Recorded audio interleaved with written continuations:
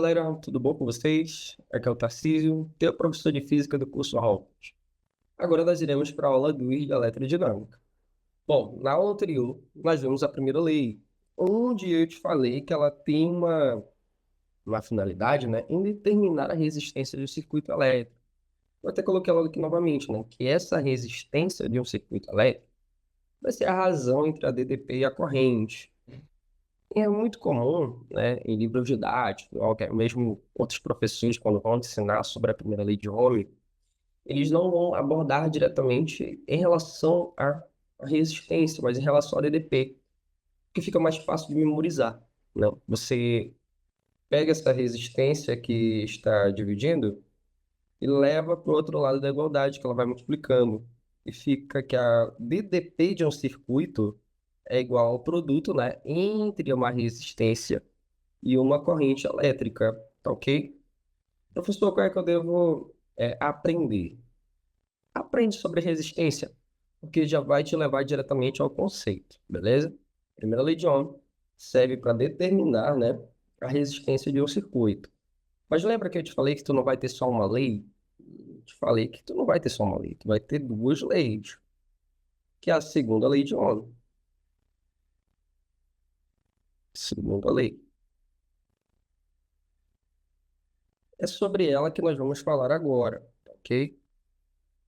Sobre ela que nós vamos falar agora, sobre ela que nós vamos resolver questões, ok? Bora lá. Para que serve, então, essa segunda lei de Ohm? Ela tem a finalidade de determinar a resistência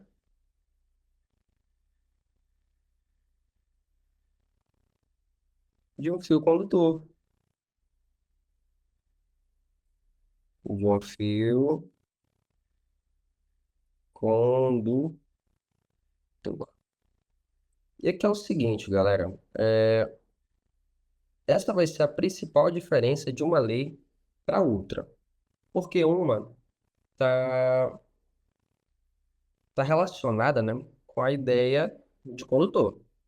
E a outra está relacionada com a ideia do circuito. Então, como é que vai ser aqui? Nós vamos imaginar, nós temos aqui um circuito, um condutor, beleza? Aqui é o nosso condutor. Acho que eu fiz grande demais, mas tudo bem. Temos aqui o nosso condutor, D21, tá? O que que eu preciso saber? Esse condutor ele vai ter um comprimento, correto? Não vai ter aqui um comprimentozinho qualquer. Comprimento, galera, ele vai ser importante quando eu estou falando da sua resistência, beleza? E esse comprimento vai ser representado pela letra L, beleza? L maiúsculo. Alguns livros adotam L minúsculo, mas para comprimento isso não vai ter tanta diferença, beleza? Só que tu tem que ter também outra coisa, que além do comprimento, esse condutor ele vai apresentar uma espessura. Essa região aqui que eu estou destacando em verde, ó. A espessura do fio, a grossura do fio, né?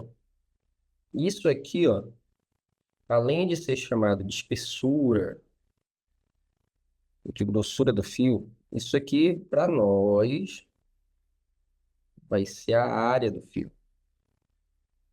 E essa nós vamos chamar de área de seção transversal.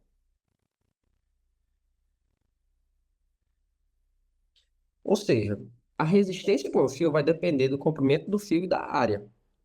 Ele aqui, ó, é o comprimento, tá? Comprimento. Uma coisa que tu precisa saber é que todo material, condutor ou não, né? Principalmente os condutores, eles vão apresentar algo que nós vamos chamar de resistividade, que é como os condutores vão resistir à eletricidade, que é como os materiais vão resistir à eletricidade. Ou seja, materiais com diferentes apresentarão uma resistividade diferente, beleza? Essa letra aqui parece um P minúsculo, mas na verdade é um Rho, uma letra grega, ok?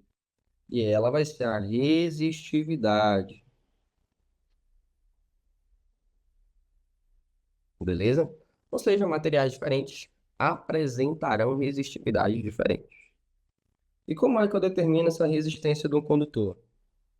Resistência do condutor vai ser a resistividade vezes o comprimento dividido pela área.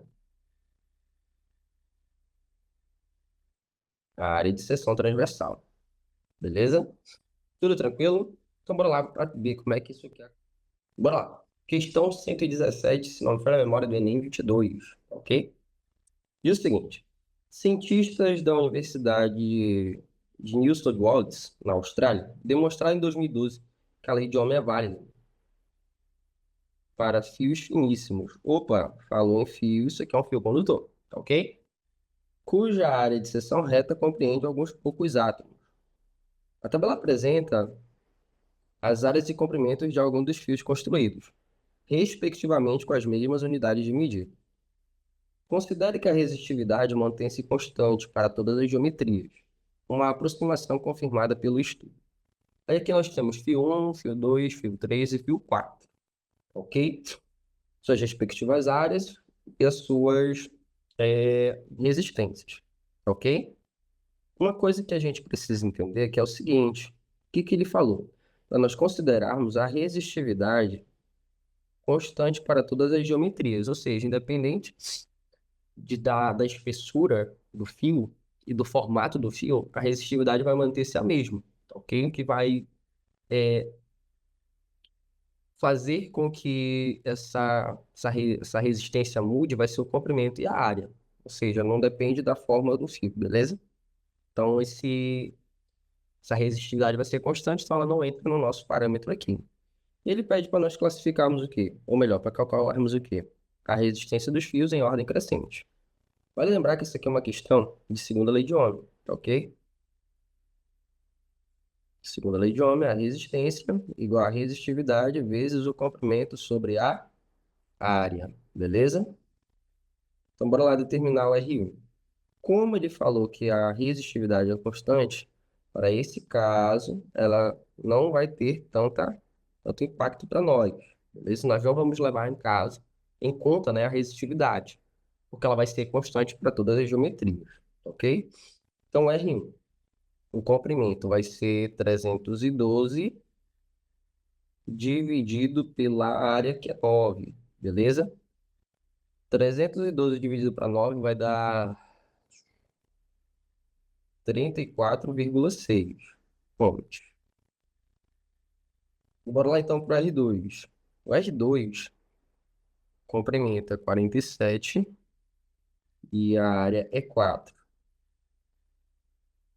47 dividido por 4 vai dar quase 12, né? 11,75 ohms. O R3 vai ser 54. Essa aqui já dificultou, né? Eu divido por 2. 54 dividido por 2, já sabe, 27. E o nosso R4? Nosso R4 vai ser o quê? 106 dividido por 1. Todo número dividido por 1 é ele mesmo, né? Então, o próprio 106 ohms. E agora, galera, ele pede para nós classificarmos em ordem crescente, ou seja, do menor para o maior. Nós temos aqui, ó, que o R2 é o menor de todos. Então, R2 é menor que. Depois vai o R3, né? É menor que R3, que é menor que R1, que é menor que R4. Nós vamos ter que achar essa combinação aqui. Nós conseguimos perceber que essa combinação é justamente a alternativa C, né? R2 menor que R3, menor que R1, que é menor que R4. Bom, galera, espero que tenham gostado. Espero no próximo vídeo da aula 3, beleza? Beijos e abraços. Abraços e beijos.